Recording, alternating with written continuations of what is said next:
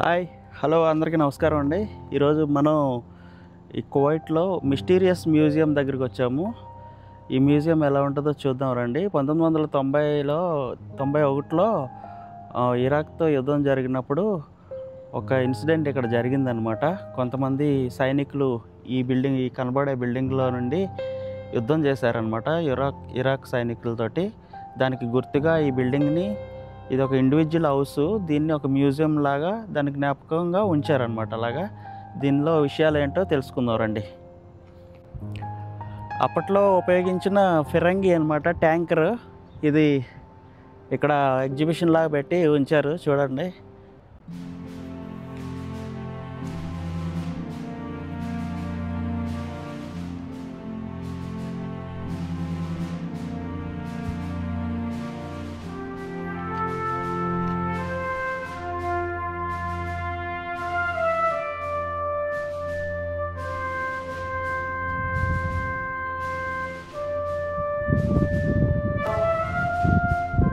ఈ మ్యూజియం ఏనండి కువైట్లో.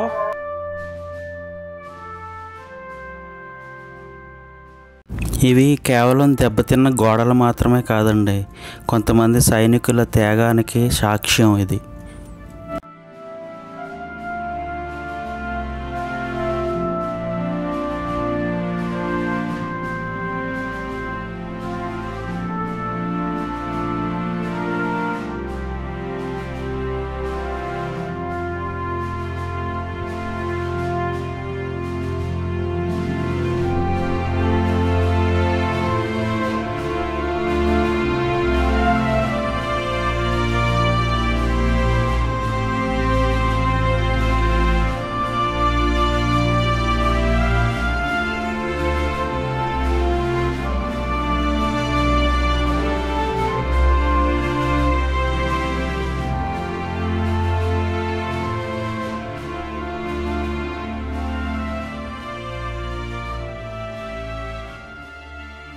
చూడండి, మీకు క్లియర్గా తెలుస్తుంది.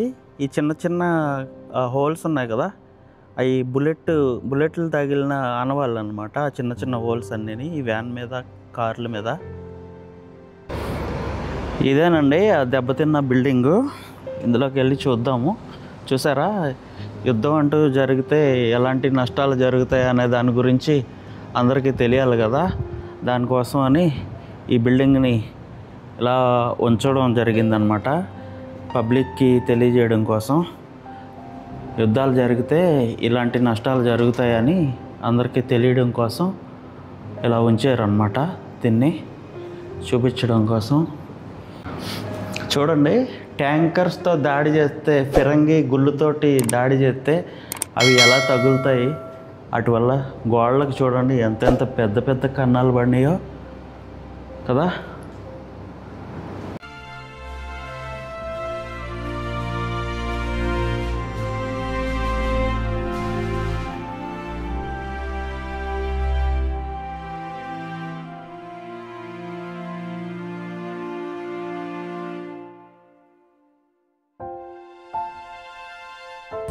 ఇక్కడికి వచ్చి చూస్తే తెలుస్తుందండి, ఇదొక యుద్ధ చరిత్ర, 19 మంది సైనికుల వీరగాథ. ఇదొక ఎమోషన్ అండి, ఇక్కడికి వస్తే మాటలు రావు. ఆల్మోస్ట్ చాలా వరకు డ్యామేజ్ అయిపోయిందండి ఇది. చూడండి, ఐరన్ రాడ్లు పెట్టి ఇది పాడైపోకుండా అలాగా రిపేర్ చేసి పెట్టారనమాట. చూడండి, పడిపోకుండా ఇలాగ ఐరన్ పెట్టి సపోర్ట్లు అలా పెట్టారు ప్రజలందరికీ చూపించడం కోసం. ఇక్కడ ఇంకొక ప్లేస్ ఉందండి, ఇక్కడ చూద్దాము. ఇక్కడ చిన్న ఎగ్జిబిషన్ లాగా పెట్టారు.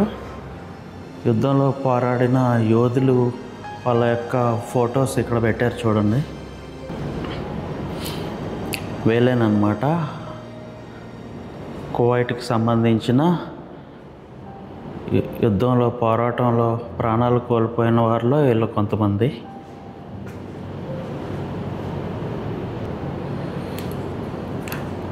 అప్పుడు వీళ్ళు పోరాటం చేసిన సమయంలో ఉపయోగించిన దుస్తులు, ట్యాంకర్లో నుంచి వచ్చిన సెల్స్, ఆయుధాలు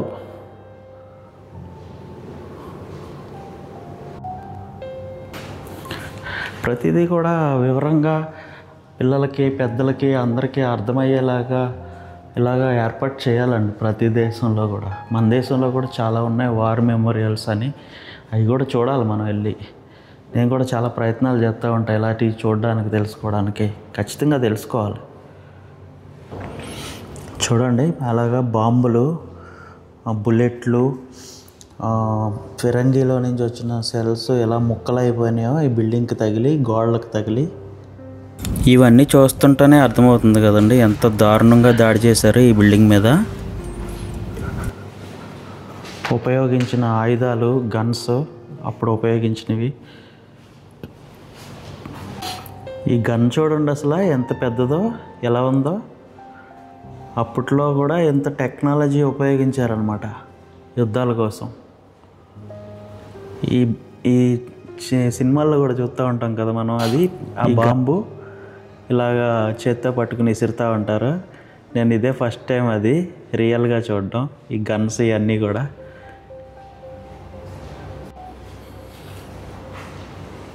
మొత్తం అప్పుడు ఏం జరిగింది ఏంటనేది క్లియర్గా ఇక్కడ చూడండి రాసి పెట్టారు. జనాలు వస్తే చూస్తారు కదా. ఎవరో కొంతమంది ఇంట్రెస్ట్ చూపించారు కానీ ఇలాంటివన్నీ తెలుసుకోవాలి ప్రతిదీ. ఇక్కడ ఫొటోస్, అప్పుడు యుద్ధం ఎలా జరిగింది, యుద్ధంలో ఈ బిల్డింగ్ ఎలా డ్యామేజ్ అయింది, ఇంకా ఆయిల్ ట్యాంకర్లు, ఆయిల్కి సంబంధించిన బావులు ఎలా తగలబెట్టేశారు, అవన్నీ కూడా ఇక్కడ క్లియర్గా మెన్షన్ చేసి పెట్టారనమాట చూసి తెలుసుకోవడానికి. చూడండి మీరే.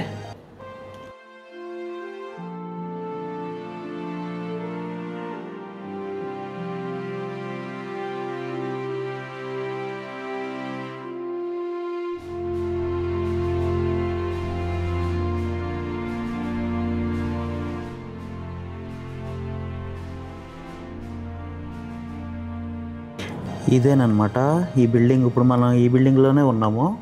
ఇది ఎలా డ్యామేజ్ అయింది అనేది ఇక్కడ ఒక చిన్న బొమ్మగా తయారు చేసి అందరికీ తెలియడం కోసం ఇలా పెట్టారు. క్లియర్గా అర్థమవుతుంది కదా. ఇలా చూసి తర్వాత లోపలికి కూడా వెళ్ళి మనం క్లియర్గా చూడవచ్చు లోపల ఏం జరిగింది అనేది కూడా బాగా అర్థమవుతుంది. ఇందాక నేను మీకు చూపించిన ట్యాంకర్ అదే. ఆ ట్యాంక్ తోటే దాడి చేశారు బిల్డింగ్ మీదకి. అప్పుడు యుద్ధం జరిగినప్పుడు కువైట్లో యుద్ధంలో పాల్గొన్న వాళ్ళందరూ ఫొటోస్ చూడండి. ఇక్కడ ఒక పెద్ద ఆల్బమ్ లాగా తయారు చేసి గోడకు పెట్టారు.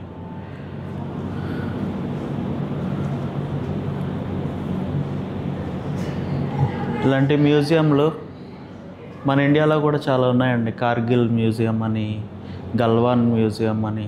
మ్యూజియం కాదు అది, వార్ మెమోరియల్స్ అంటారు వాటిని. ఇక్కడ ఒక ఫోటో పెట్టారు చూడండి. ఈ ఫోటోలో ఎలా ఉంది, అలా దాడి చేసి అలా పేల్చేశారనమాట ఈ బిల్డింగు. బయట నుంచి ఇరాక్ సైనికులు, బిల్డింగ్ లోపల నుంచి కువైట్ సైనికులు అలా 10 గంటల సేపు పోరాడారంట.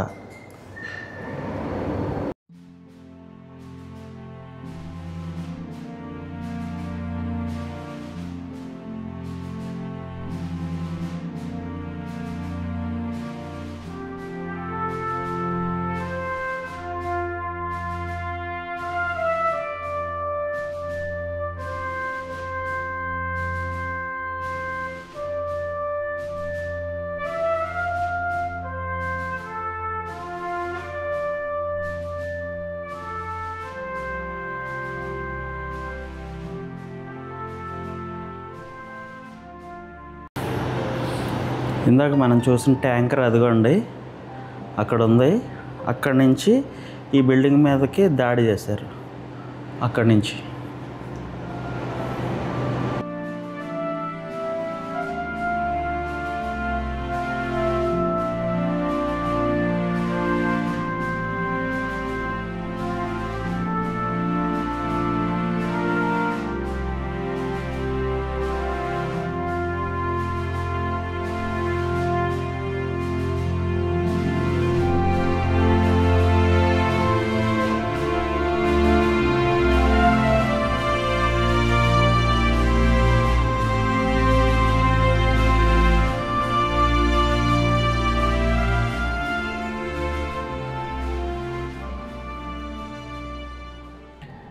అదండి మరి ఈ మ్యూజియం వీడియో మీ అందరికీ నచ్చింది అనుకుంటున్నాను. అందరికీ నచ్చితే ఖచ్చితంగా ఒక లైక్ చేసి సబ్స్క్రైబ్ చేసి సపోర్ట్ చేయండి ప్లీజ్. బాయ్.